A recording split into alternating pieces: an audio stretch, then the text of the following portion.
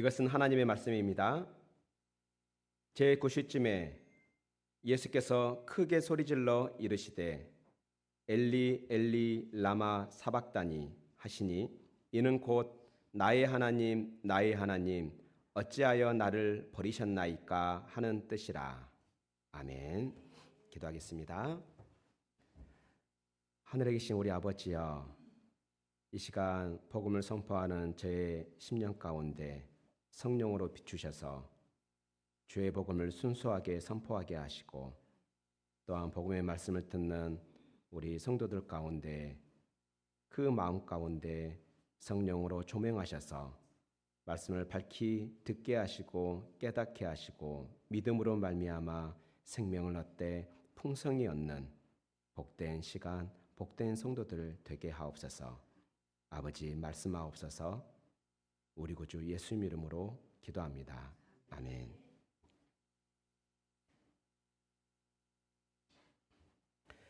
오늘은 사순절 첫 주입니다. 그래서 7주 동안 예수님의 가상칠언을 가지고 말씀을 전하려고 합니다. 우리는 다양한 고통 속에 살고 있습니다. 우리는 여러 가지 고통을 겪으며 살고 있습니다. 우리들의 대부분의 고통을 보면요, 대부분 어떠한 단절에 의해서, 단절, 어떤 버려짐, 이러한 것들에 의해서 겪는 것들입니다. 예를 들어서 우리는 생명으로부터 단절, 그래서 우리는 육체적인 고통을, 또 육체적인 어려움을 겪죠. 또 내가 믿는 사람 혹은 또한 다른 사람들로부터 조롱을 당하거나 내가 믿는 사람으로부터 배신을 당했을 때 정신적인 고통을 당합니다. 뿐만 아니라 우리 모든 사람들은 하나님과의 단절로 인해서 영적인 고통 가운데 있다 할 수 있습니다. 이와 같이 단절, 그 버림받음이라는 것은 우리가 참 견디기 쉽지 않습니다.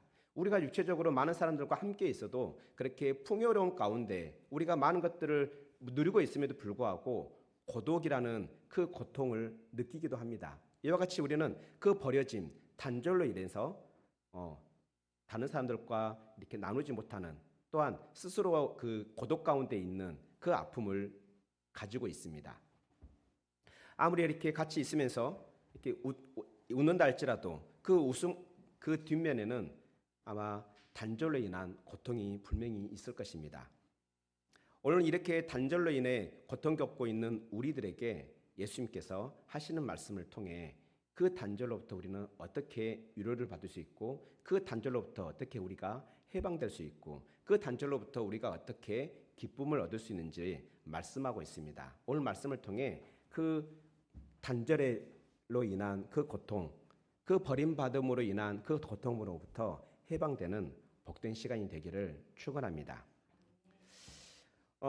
예수님께서 십자가에 못 박혀 죽으실 때 총 7마디의 말씀을 하셨습니다. 그래서 이거를 십자가 위에서 하신 7마디의 언어, 이렇게 해서 가상칠언이라 말합니다. 십자가 위에서 7마디 언어, 그래서 가상칠언이라 하는데요, 이 가상칠언 중에 마태복음과 마가복음에는 동일한 말씀이 있습니다. 물론 헬라어 원어적으로 보면 약간은 다르긴 해요. 그러나 그 뜻은 같습니다.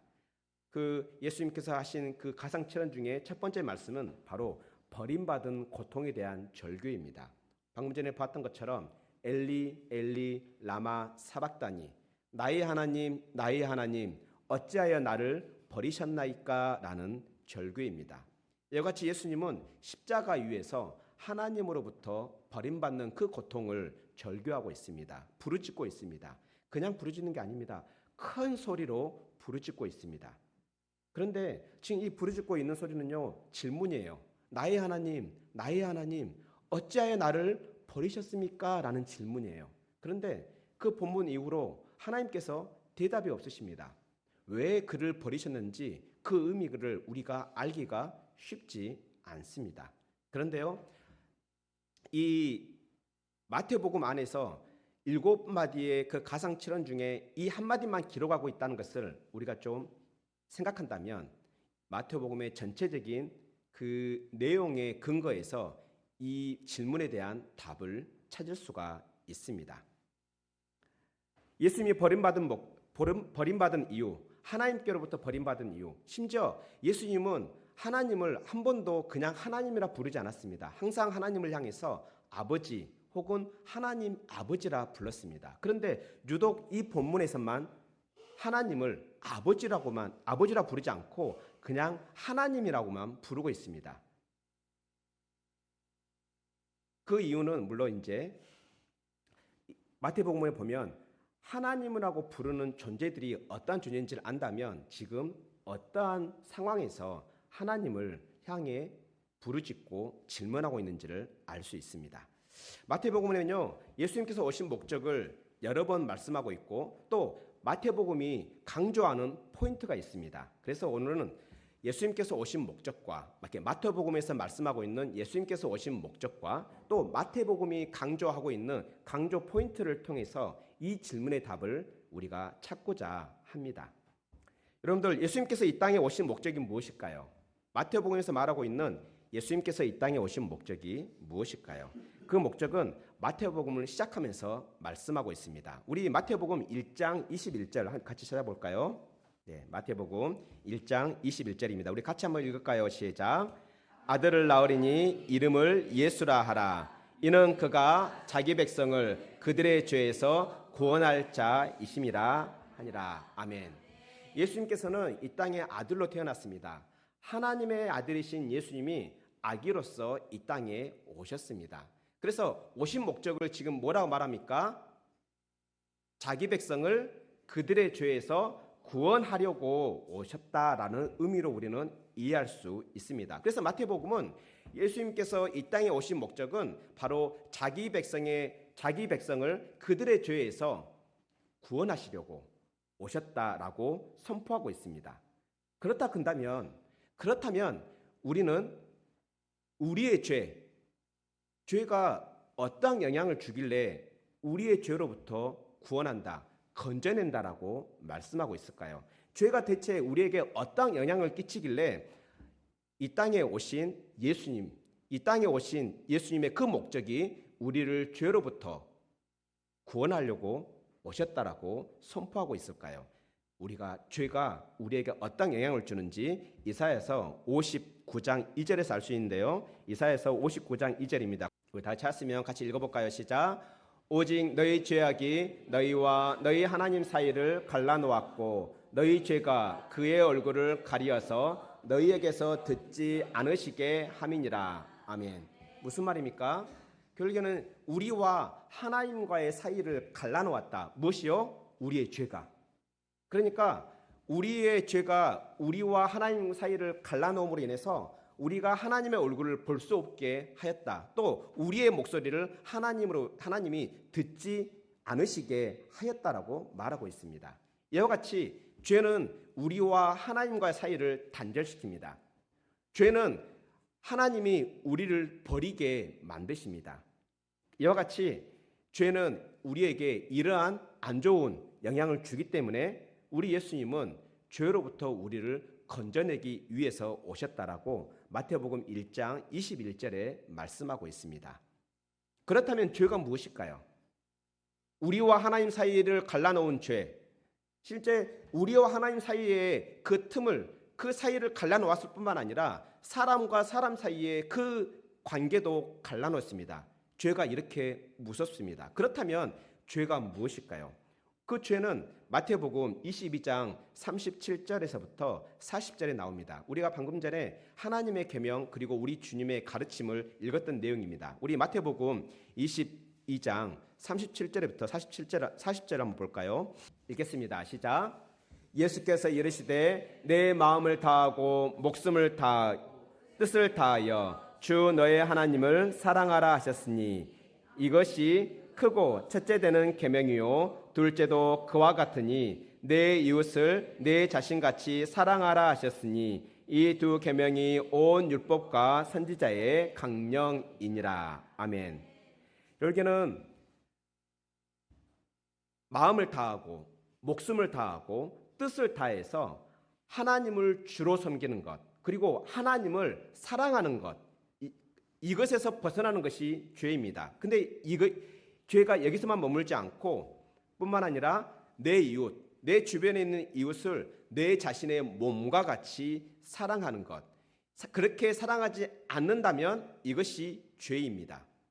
하나님께서 명령하신 하나님을 사랑하고 이웃을 사랑하는 것, 하나님을 주로 섬기고 그리고 이웃을 나의 생명처럼 사랑하는 것, 이것이 하나님께서 우리에게 주신 계명인데 이 계명을 어기는 것, 이것이 죄입니다. 좀 더 구체적으로 말한다면 아까 전에 선포되어졌던 십계명의 말씀이겠죠. 구체적으로 더 말한다면 우리 율법서에 있는 모세 오경에 있는 613개의 율법 조항이라 할 수 있습니다. 그런데 어떻습니까? 우리가 하나님을 전심으로 사랑하고 오직 하나님만을 주로 섬기며 사랑하고 있습니까? 그리고 내 이웃을 그냥 사랑하는 것이 아니라 내 몸을 돌보고 아끼듯이 내 몸과 같이 주변에 있는 이웃을 사랑하고 있습니까? 만약 그렇지 않다면 우리는 죄를 범한 것입니다. 이 죄 때문에 우리는 하나님과의 사이에 단절이 생기고 또한 우리와 사람들과의 관계 가운데 단절이 생기는 것입니다. 이와 같이 우리는 죄로 인해서 단절을 겪게 되고 그 단절로 인한 고통 가운데 있는 것입니다. 그런데 우리 예수님께서는 왜 오셨다고요? 마태복음 1장 21절에서 우리를 우리의 죄에서 구원하기 위해서, 우리의 죄로부터 해방시키기 위해서. 그러면 죄로부터 해방된다, 죄의 문제가 해결된다, 이 말은 결국에는 어떤 의미인지 우리는 유추할 수 있습니다. 그런데 예수님께서 오신 목적을 좀 더 이제 구체적으로 설명하는 부분이 나옵니다. 바로 그것이 마태복음 20장 28절인데요. 마태복음 20장 28절 한번 같이 봅시다. 신약성경 33페이지입니다. 예수님께서 자기가 온 목적을 말씀하고 있습니다. 예수님은 만왕의 왕이시고 만주의 주 되심으로 모든 피조물의 섬김을 받아야 합당하심에도 불구하고 그를 말씀하지 아니하시고 마태복음 20장 28절에 이와 같이 말씀하십니다. 우리 같이 읽겠습니다. 시작. 인자가 온 것은 섬김을 받으려 함이 아니라 도리어 섬기려 하고 자기 목숨을 많은 사람의 대속물로 주려 함이니라. 아멘. 인자가 온 것은 섬김을 받으러 온 것이 아니라 말씀합니다. 그런데 인자는요, 여기서 말하는 인자는 사람의 아들, 하나님의 아들이신 예수님을 말합니다.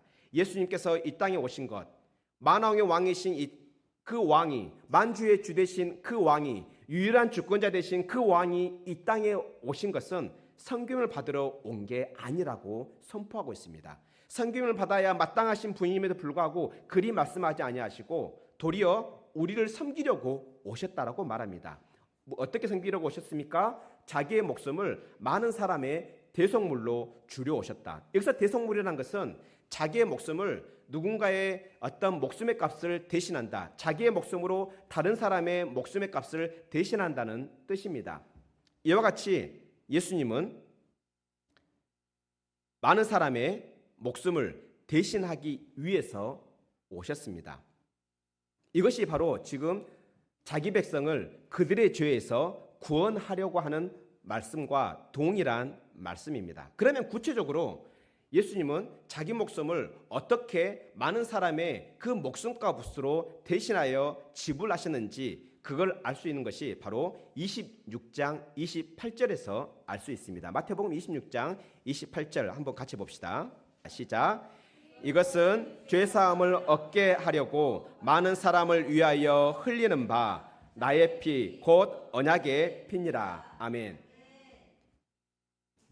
죄로부터 해방된다는 것은 죄를 사함받는다, 죄를 용서받는다 같은 의미입니다. 그래서 죄를 용서받게 하기 위해서 자기 백성이 그들의 죄로부터 용서받게 하기 위해서 많은 사람들을 위해서 흘리는 그 피, 예수님의 그 피가 결국에는 그들의 죄로부터 그들을 해방한다 말씀하고 있는 것이죠. 다시 말하면 그의 목숨으로, 예수님의 목숨으로 우리의 목숨을 대신함으로써 우리가 죄로부터 해방된다, 이것을 위해서 예수님께서 오셨다라고 말씀하고 있습니다. 이와 같이 예수님께서 우리에게 오신 목적은 우리의 죄로부터 우리를 해방하기 위해서입니다. 어떤 식으로 해방하기 위해서입니까? 자기의 목숨으로 우리의 목숨값을 대신하는 거죠.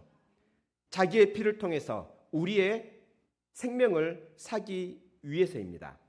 왜 우리의 죄를 위해서 예수님께서 피를 흘리셔야 했습니까? 왜 예수님께서 피를 흘리다는 것은 자기의 생명을 버린다는 뜻입니다. 왜 예수님께서는 우리의 죄 때문에 예수님의 그 피값으로 우리를 사야 했습니까? 바로 죄의 삭은 사망이기 때문입니다. 죄의 대가는 생명이 아닌 죽음을 치러야 하기 때문입니다. 하지만 하나님의 선물은 그리스도 예수 안에 있는 바로 영생이기 때문입니다. 우리 주 예수 안에 있는 영생이기 때문에 우리 예수님은 우리의 죄의 값으로 자신의 생명을 대신하시고 대신에 예수님 안에 있는 그 생명을 우리에게 선물로 주시려고 이 땅에 오셨습니다. 이와 같이 자기의 목숨을 버림으로 우리의 생명을 어떻게 하기 위해서요? 보존하기 위해서 예수님은 십자가에서 버림을 받으신 것입니다. 우리는 우리 죄 때문에 하나님과 단절이 일어났을 뿐만 아니라 하나님께 버림을 받았습니다. 그런데 우리가 버림받지 않게 하기 위해서 예수님은 자기의 생명으로 자기의 피로 하나님으로부터 버림을 받았습니다. 그렇다면 이 사실을 우리가 받아들인다면 예수님이 나를 위해서 내 죄를 위해서 내가 하나님께 버림받지 않도록 하기 위해서 예수님께서 하나님으로부터 버림받았다는 이 사실을 받아들이고 고백한다면 우리는 하나님께 버림받지 않는다는 것을 우리는 이해할 수 있는 것입니다. 그래서 이 예수님의 십자가 위에서의 이 절규, 단절로 인하여 버림받음으로 인하여 외치는 이 절규는 반대로 말하면 무슨 의미겠습니까? 나의 하나님 어찌하여 나를 버리셨나이까? 이 말의 진정한 의미는 무엇입니까? 나의 백성아 내가 너희를 버리지 않겠다라는 절규와 같은 의미인 것입니다. 이와 같이 예수님께서 버림받은 것은 우리로 하여금 하나님으로부터 버림받지 않도록 하기 위해서 예수님께서 버림받았다는 것을 예수님께서 오신 목적을 통해 알 수 있었습니다. 뿐만 아니라 예수님께서 오신 목적, 그리고 이 마태복음에서 7마디의 가상칠언 중에 한 마디, 바로 버림받은 그 고통에 대한 절규를 기록한 목적은요, 우리가 버림받음을 대신해서 예수님께서 버림받음을 통해 하나님이 우리와 함께 하신다는 것을 가르쳐주기 위해서입니다. 믿도록 하기 위해서입니다. 우리 히브리 성경이나 성경을 보면요, 하나님께서 우리에게 하시는 말씀을 강조하기 위한 여러 가지 기법들이 있습니다. 그 중에 대표적인 기법이 수미상관이라는 기법입니다. 수미상관 기법은 머리수의 꼬리 밑자입니다. 그러니까 어떠한 말을 하기 전에, 뭔가를 강조하기 전에 처음에 한번 그 말을 언급하고 그 다음에 마지막에 또 한번 언급하는 기법이 수미상관 기법입니다. 그래서 성경에서 어떤 말을 했다가 동일한 말이 또 나타나다 그러면 그 가운데 있는 내용은 바로 첫 번째와 마지막에 있는 그 말을 하기 위해서 나열한 내용이라 생각하시면 틀림없습니다. 그런데 마태복음이 지금 이러한 구조를 가지고 있습니다. 마태복음은 시작하면서부터 방금 전에 우리가 살펴봤던 것처럼 마태복음 1장 21절에 살펴봤던 것처럼 예수님이 오신 목적을 어떻게 말씀하고 있죠? 자기 백성을 그들의 죄에서 구원하기 위해서 오셨다, 그렇게 말씀하고 있는데 다시 한번 23절에서 좀 더 구체적으로 말씀하고 있습니다. 우리 한번 마태복음 1장 23절을 같이 한번 볼까요? 시작. 보라, 처녀가 잉태하여 아들을 낳을 것이요 그의 이름은 임마누엘이라 하리니 하셨으니 이를 번역한즉 하나님이 우리와 함께 계시다 함이라. 아멘. 그래서 예수님께서 아기 예수로 태어나신 그 목적은 무엇입니까? 임마누엘을 하기 위해서. 임마누엘이라는 것은 히브리어로 하나님이 우리와 함께 하신다는 뜻입니다. 그러니까 하나님께서 우리와 함께 하기 위해서 우리 예수님이 이 땅에 아기로 태어났다, 이 말씀을 지금 하고 있는 것이죠. 그런데 잘 생각해 보십시오. 하나님이 우리와 함께 하지 않는다 했습니다. 왜냐하면 우리에게 죄가 있기 때문입니다. 우리가 죄가 있기 때문에 하나님과 우리의 사이에 큰 간격이 생겼고 우리의 음성이 하나님께 들리지 않게 하였고 또 우리는 하나님을 볼 수 없게 되었습니다. 이와 같이 우리의 죄는 하나님과 우리와 사이를 철저하게 단절시켰습니다. 하나님과의 단절뿐만 아니라 이웃과의 단절도 만들어냈습니다. 그런데 아기로 오신 예수님께서 우리의 죄를 자기의 피로 자기의 목숨으로 담당하심으로 인해 우리는 이제 버림을 받지 않는 존재, 반대로 우리는 하나님과 영원토록 함께 있는 존재가 된다. 이것은 바로 예수님께서 하나님으로부터 버림받은 그것으로 인해서 우리가 그렇게 된다라고 말씀하고 있는 거죠. 이와 같이 마태복음은 시작하면서부터 임마누엘을 말씀하고 있습니다. 임마누엘이 무슨 뜻이라고요? 하나님이 우리와 함께 계신다. 그런데 이 임마누엘이라는 이 의미가 마태복음의 마지막에도 언급하고 있다는 것을 알고 계십니까? 우리 마태복음 마지막을 한번 봅시다. 마태복음 28장 20절입니다. 마태복음 28장 18절, 19절, 20절은 예수님께서 이제 이 땅을 떠나시기 전에 제자들에게 하신 지상 명령입니다. 지상 명령이라는 뜻은 아주 긴급한 명령이라는 뜻입니다. 그 지상 명령 중에 20절을 보면 임마누엘의 의미가 담겨져 있습니다. 우리 같이 읽도록 하겠습니다. 시작. 내가 너희에게 분부한 모든 것을 가르쳐 지키게 하라. 볼지어다 내가 세상 끝날까지 너희와 항상 함께 있으리라 하십니다. 아멘. 임마누엘이 보이십니까? 예, 너희와 항상 함께 있으리라. 이것이 바로 임마누엘입니다. 하나님이신 예수님께서 우리와 항상 함께 계신다. 이것이 바로 임마누엘입니다. 이와 같이 마태복음은 하나님께서 우리와 함께하기 위해서 예수님께서 무슨 일을 하셨는가를 말씀하고 있다는 것입니다. 이와 같이 마태복음은 임마누엘을 말씀하고 있습니다. 그래서 그 중간에 임마누엘을 말씀하고 이 마태복음이 그렇게 우리에게 알려주고자 하는 이 말씀은 바로 하나님이 우리와 함께 하신다. 하나님이 우리와 항상 함께 하신다. 이것을 말씀하기 위해서 우리에게 가르쳐주기 위해서 예수님의 그 사역들을 중간에 말씀하고 있는 것입니다. 그 사역의 클라이막스가 무엇입니까? 바로 예수님께서 십자가 위에서 하신 말씀이겠죠. 바로 그것이 바로 나의 하나님, 나의 하나님 어찌하여 나를 버리셨나이까입니다.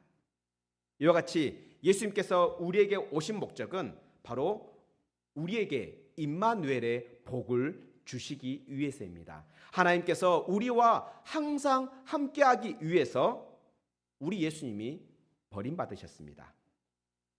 그래서 우리가 예수님 안에 있다면, 우리가 예수님께서 이 땅에 오신 목적을 우리가 알고 믿고 고백한다면 우리 하나님은 우리와 항상 함께 하십니다. 하나님이 우리와 함께 하신다. 임마누엘입니다. 그렇다면 이 임마누엘이 우리에게 어떠한 좋은 점이 있을까요? 하나님이 우리와 항상 함께 하신다면 우리에게 어떤 좋은 점이 있을까요? 이제 이 좋은 점을 우리는 초대교회 성도들의 그 고백을 통해서 살펴보도록 하겠습니다. 먼저 히브리서 13장 5절을 보겠습니다. 같이 읽겠습니다. 시작. 돈을 사랑하지 말고 있는 바를 족한 줄로 알라. 내가 결코 너희를 버리지 아니하고 너희를 떠나지 아니하리라 하셨느니라. 아멘. 임마누엘은 무슨 뜻입니까? 하나님이 우리와 함께 하신다. 이걸 조금 더 반대 뉘앙스로 말하면 하나님이 결코 너희를 버리지 않으신다. 하나님이 너희를 버리지도 아니하고 너희를 떠나지도 않는다. 이게 바로 임마누엘의 의미입니다. 그런데 우리는 어떻습니까? 이 땅을 살 때 돈이 있어야 하는 존재죠. 그죠? 돈이 있어야 합니다. 돈 자체는 죄가 아닙니다. 그런데 돈이 있어야 함에도 불구하고 우리가 돈을 쫓아가고 돈을 우리의 주인으로 섬기면 돈은 우리를 철저하게 노예 삼아 어떻게 살게 합니까? 비굴하게 살게 만들고 비참하게 살게 만듭니다. 그래서 우리가 돈을 사랑하는 것 결코 좋은 것은 아닙니다. 돈을 이용할 줄 아는 것은 좋은 거지만 돈을 사랑하는 것은 결코 우리에게 좋은 것이 아닙니다. 그런데 우리는 육체를 가지고 이 땅을 살다 보니 돈을 사랑하는 그러한 환경 가운데 놓이게 됩니다. 그때 우리가 돈을 사랑하지 않고 우리에게 있는 바, 우리에게 주신 바에 족하며 살 수 있는 방법은 오직 하나라고 지금 히브리서 기자는 말씀하고 있습니다. 무엇입니까? 임마누엘을 기억하라. 하나님이 너희를 떠나지도 않으시고 버리지도 않으신다는 이 사실을 기억하라. 그리하면 너희가 돈을 사랑하지 않고 있는 바를 족한 줄로 알며 살 수가 있다라고 말합니다. 이와 같이 하나님이 우리와 함께 하신다, 이 사실을 우리가 믿고 고백한다면 우리는 돈의 노예가 되지 않고 우리에게 있는 바를 기쁨으로 살 수가 있는 것입니다. 뿐만 아닙니다. 우리는 어떻습니까? 이 땅을 살다 보면 어려운 일 당하지 않습니까? 또 나의 의도와 관계없이 누명을 쓰는 경우도 있습니다. 또 내가 믿는 친구로부터 배신을 당할 수도 있습니다. 그러지 않습니까? 또 나를 싫어하는 어떤 사람, 나는 그를 그렇게 싫어하지 않는데 그는 아무런 이유 없이 나를 싫어하고 나를 미워하고 나의 말에 토를 달며 조롱하는 그러한 경험을 해본 적이 있지 않습니까? 나는 선한 의도로 그에게 선을 베풀었는데 그는 도리어 그에게 역정을 내며 도리어 나를 오해하는 경우, 그러한 일들 경험한 적 있지 않습니까? 이럴 때 우리는 어떻게 그러한 억울함과 어려움으로부터 헤어날 수 있을까요? 우리 사도 바울은 예수님의 그 말씀, 복음을 전하기 위해 정말 열심히 살았습니다. 복음이 무엇입니까? 사람을 생명을 살리는 하나님의 능력 아닙니까? 그럼에도 불구하고 그 사도 바울은 가는 곳마다 환영은커녕 배척을 당하고 박해를 당하고 돌팔매질을 당했습니다. 그럼에도 불구하고 사도 바울은 그 복음을 전파하는 일을 포기하지 않고 소아시아의 여러 지역, 그리고 심지어는 유럽까지 복음을 편만하게 전했습니다. 그렇게 할 수 있었던 것은 바로 고린도후서 4장 7절에서부터 9절에 말씀하고 있습니다. 사도 바울이 그렇게 어려움을 당함에도 불구하고, 선한 일을 하고도 어려움을 당함에도 불구하고 그 일을 포기하지 않을 수 있었던 이유를 이렇게 고백하고 있는데, 우리 신약성경 289페이지 고린도후서 4장 7절부터 9절까지 함께 보도록 하겠습니다. 여러분들이 어려움을 당하고 있다면, 여러분이 그렇게 선한 의도로 접근했음에도 불구하고 조롱을 당하고 있다면 이 사도 바울의 고백을 들어보시기 바랍니다. 우리 고린도후서 4장 7절부터 9절까지 같이 읽겠습니다. 시작. 우리가 이 보배를 질그릇에 가졌나니 이는 심히 큰 능력은 하나님께 있고 우리에게 있지 아니함을 알게 하려 함이라. 우리가 사방으로 우겨쌈을 당하여도 쌓이지 아니하며 답답한 일을 당하여도 낙심하지 아니하며 박해를 받아도 버림받지 아니하며 곡구림뜨림을 당하여도 망하지 아니하고. 아멘. 이와 같이 우리는 엄청난 보배를 담고 있습니다. 그 보배가 무엇입니까? 예수 그리스도입니다. 예수 그리스도를 고백하는 자마다 그 안에 하나님의 영이신 성령이 있습니다. 예수 그리스도의 영이 있습니다. 우리는 이 보배를 가지고 있습니다. 우리는 복음을 믿음으로 이 보배를 가지고 있습니다. 우리의 육신이 비록 연약하고 부족할지라도 이 보배가 우리 안에 있습니다. 이것은 바로 하나님의 큰 능력입니다. 이 복음을 믿는 자에게 구원을 주시는 하나님의 큰 능력입니다. 이 능력이 바로 하나님께 있고 그 하나님이 우리에게 주셨습니다. 그런데 우리가 이 복음을 붙들고 살아낼 때 어떤 일을 당합니까? 환영을 받습니까? 환영받기보다는 배척을 당하는 경우가 많습니다. 복음을 전해본 분들은 알 것입니다. 우리가 아무리 복음을 많이 전해도 환영하는 사람들은 거의 없습니다.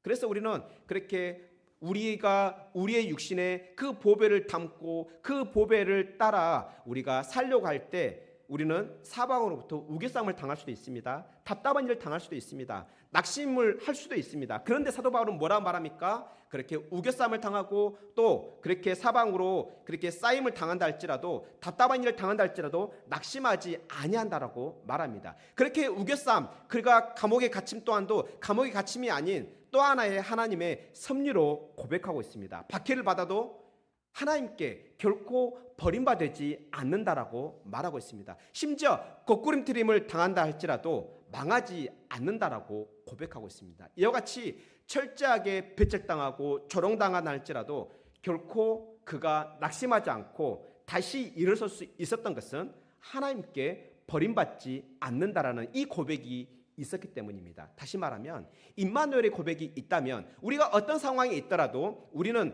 낙심하지 않을 수 있고 망하지 않을 수 있다는 것입니다. 비록 세상적으로 실패할 수 있을지 몰라도 하나님이 우리와 함께 하시기 때문에 그 실패는 실패로 끝나는 것이 아니라 모든 것을 합력하여 선을 이루시는 하나님의 그 은혜를 맛보게 된다는 것입니다. 이와 같이 임마누엘은 우리에게 굉장히 좋은 것이라는 것을 우리는 알 수 있습니다. 우리가 그렇게 세상의 염려와 그리고 욕심으로 인해서 마음이 힘들어질 때 임마누엘을 기억하시기 바랍니다. 하나님이 우리와 함께 하신다. 또 세상 일들로 인해서 근심과 걱정이 몰려올 때, 또 내가 의도치 않는 그러한 의심이나 조롱을 받을 때 임마누엘을 기억하시기 바랍니다. 우리 예수님은 우리에게 이 임마누엘의 은혜를 주시려고, 우리의 죄를 해서 우리를 구원하시려고 십자가 위에서 하나님으로부터 버림을 받았습니다. 십자가 달리신 이 예수님은 결국에는 우리가 결코 하나님께 버림받지 않는다라는 상징인 것입니다. 그래서 이 가상 7원 중에 오늘 본문에 나오는 엘리 엘리 라마 사박다니는 결국에는 우리가 예수님 안에서 하나님이 결코 우리를 버리지 않으신다, 하나님이 우리와 영원토록 함께 하신다는 고백으로 우리는 이해할 수 있는 것입니다. 그래서 예수님의 이 질문에 대한 하나님의 답은 무엇입니까? 임마누엘이라고 우리는 알 수가 있는 것입니다.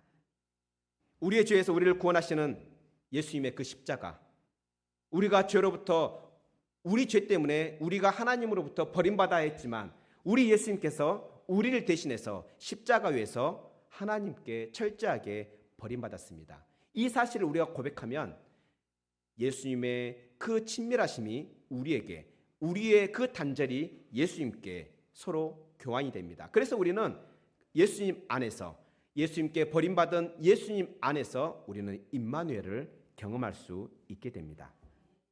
뿐만 아니라 우리가 방금 전에 마태복음 28장 20절에서 보았던 것처럼 예수님께서 우리에게 지상명령을 하시는 그 지상명령을 봤던 것처럼 내가 너희와 항상 함께 있으리라, 이 명령은 어떨 때 우리는 경험할 수 있을까요? 어떨 때 우리는 임마누엘을 경험할 수 있을까요?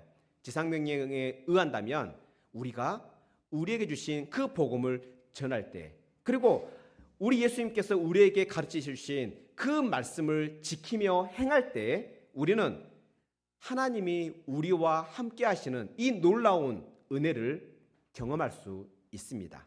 임마누엘을 경험하고 싶습니까? 그렇다면 십자가에 달리신 예수 그리스도를 묵상하기 바랍니다. 임마누엘을 경험하고 싶습니까? 그렇다면 우리가 알고 있는 바 그 복음을 모르는 자들에게 선포하기 바랍니다. 뿐만 아니라 그 말씀대로 살아내기 위해 몸부림치기 바랍니다. 그때 우리는 우리와 함께 하시는 하나님을 경험하게 될 것입니다. 그때 우리는 돈을 사랑하지 않고 세상 염려 욕심에 붙들리지 않고 또 수많은 오해로부터 자유로움을 얻으며 살 수가 있을 것입니다. 이와 같이 모든 현대인들은 다양한 고통 가운데 살고 있습니다. 이 고통의 원인이 우리는 마태복음은 뭐라 말씀하고 있습니까? 바로 죄가 우리로 그 단절의 고통을 겪고 있다 말씀하고 있습니다. 이 단절의 고통을 우리 예수님께서 친히 십자가에서 받으심으로 우리는 이제 임마누엘의 그 은혜를 누린다라고 마태복음은 말씀하고 있습니다. 예수님의 이 단절로 인한 절규는 결국에는 우리의 임마누엘을 약속하고 있는 것입니다. 그렇다면 우리 모두 십자가에서 버림받은 예수님 안에서 임마누엘을 누리기를 힘씁시다. 임마누엘을 누리기 위해서 우리가 생명을 전하기를 힘쓰시고 또한 말씀을 또한 지켜 행하기를 힘씁시다. 말씀이 어디 있습니까? 우리 십계명을 보면 우리는 쉽게 알 수 있습니다. 십계명 말씀을 따라 하나씩 실천할 때, 비록 우리의 마음은 와닿지 않는다 할지라도 그 말씀을 따라 행할 때 하나님께서 우리에게 얼마나 큰 놀라운 은혜를 주시는지 우리 한번 임마누엘을 경험해 봅시다. 기도하겠습니다. 하늘에 계신 우리 아버지여, 예수님의 십자가를 통해 우리를 떠나지도 버리지도 않으실 것을 약속해 주셔서 감사합니다. 임마누엘의 은혜를 우리에게 주시려고 십자가에서 철저하게 버림받은 그 고난을 받으신 예수님 감사합니다. 예수님이 십자가에서 버림받음으로 우리가 하나님 아버지께 받아들여졌다는 것을 알게 하시고 믿게 하신 성령 하나님 감사합니다. 사순절 기간 동안 예수님의 십자가를 깊이 묵상하려고 합니다. 우리의 육신에서 굳은 마음을 제하시고 부드러운 마음을 주시옵소서. 말씀을 읽고 들을 때마다 지식과 지혜를 주셔서 십자가의 비밀을 깨닫게 하소서. 그래서 예수님의 십자가 고난을 더욱더 풍성하게 알게 하옵소서. 우리로 깨닫게 하신 십자가의 은혜를 붙들고 거친 세상을 이기며 살아내게 하옵소서. 세상의 욕심과 유혹 속에서도 임마누엘을 기억하며 담대하게 맞서게 하옵소서. 약속의 말씀을 실천함으로 날마다 임마누엘의 은혜를 경험하게 하옵소서. 우리 구주 예수 그리스도의 이름을 의탁하여 기도합니다. 아멘.